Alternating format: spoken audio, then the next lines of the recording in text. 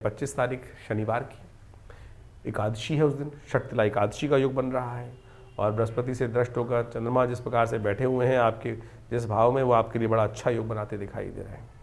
लेकिन कई मामलों में फिर भी अभी भी जो है खुलकर काम करने में थोड़ी दिक्कत आती दिखाई दे रही है। उसके लिए थोड़ा आवश्यक है कि भगवान विष्णु का स्तवन कर लें। षटतिला एकादशी है और ऐसे में आपके लिए सबसे अच्छा ये रहेगा कि आप तिल का दान करें, तिल का सेवन करें। ये इम्यूनिटी बढ़ाएगा और शास्त्र में तो इस दिन का बड़ा महत्व कहा गया है। भगवान विष्णु की सुंदर उपासना का अवसर। तिल देखते हैं ना आप लोग, भगवान विष्णु की किसी पूजा में तिल नहीं विशेष तौर पे चावल नहीं चढ़ते हैं। अक्षत जो है वो चढ़ाने निषिद्ध कहे गए हैं, लेकिन उसका उपयोग करने की बजाय शास्त्र में कहा गया है तिल का उपयोग किया जाना चाहिए।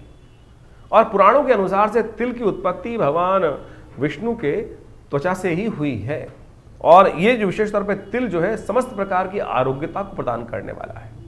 षटतिला एकादशी के दिन शास्त्रों में कहा गया है, यदि हिमाद्री ग्रंथ को आप पढ़ें तो उसके अंदर कहा गया है कि इस दिन माघ मास के कृष्ण पक्ष की जो एकादशी होती है वो सब प्रकार से स्नान करके भगवान कृष्ण की पूजा करके उनके 100 मंत्र को 108 बार या 11 बार या 8 बार या 28 बार जप कर कर आप अनेक प्रकार से माँ भगवान की को प्रसन्नता प्राप्त कर सकते हैं, उनका आशीर्वाद प्राप्त कर सकते हैं। इस दिन उपवास रखने का सुंदर वर्णन शास्त्र में मिलता है।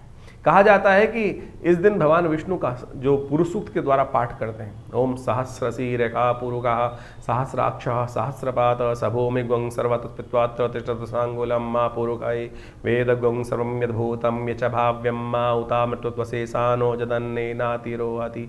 इस प्रकार से पुरुष सूक्त के जो सुंदर पाठ को श्रवण कर कर भगवान का षोडशोपचार जो पूजन करें, तिल का द्वारा भगवान का स्नान कराएं। तिल के ही 6 प्रकार के प्रयोग शास्त्र में वर्णित हैं। षट तिला एकादशी, ये तिल के जो 6 प्रकार के प्रयोग शास्त्र में वर्णित हैं, यानी तिल के द्वारा जल से स्नान करना, पिसे हुए तिल का उपटन भी लगाना, तिल के द्वारा हवन करना, तिल के द्वारा ही तिल मिला हुआ जल जो होता है वो पानी उसका सेवन करना, तिल का दान करना और विशेष तौर पर तिल के बने हुए मेवे जो मिठाई इत्यादि हैं उनका प्रसाद, उनका भोग भगवान को लगाना, प्रसाद स्वयं ग्रहण करना। देखिए तिल जो अपने आप में जो है, हमने जैसा कहा कि भगवान विष्णु के शरीर से उत्पन्न हुआ है, उनके त्वचा से उत्पन्न हुआ है और इम्यूनिटी को बूस्ट करने भगवान विष्णु जो है वो पालक हैं।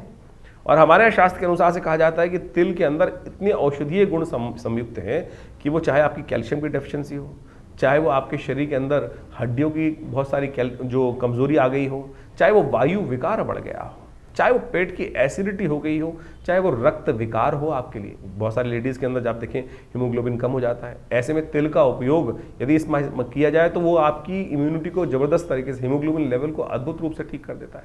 इसलिए भारतीय चिकित्सा पद्धति के अनुसार तिल का प्रयोग, तिल के तेल का प्रयोग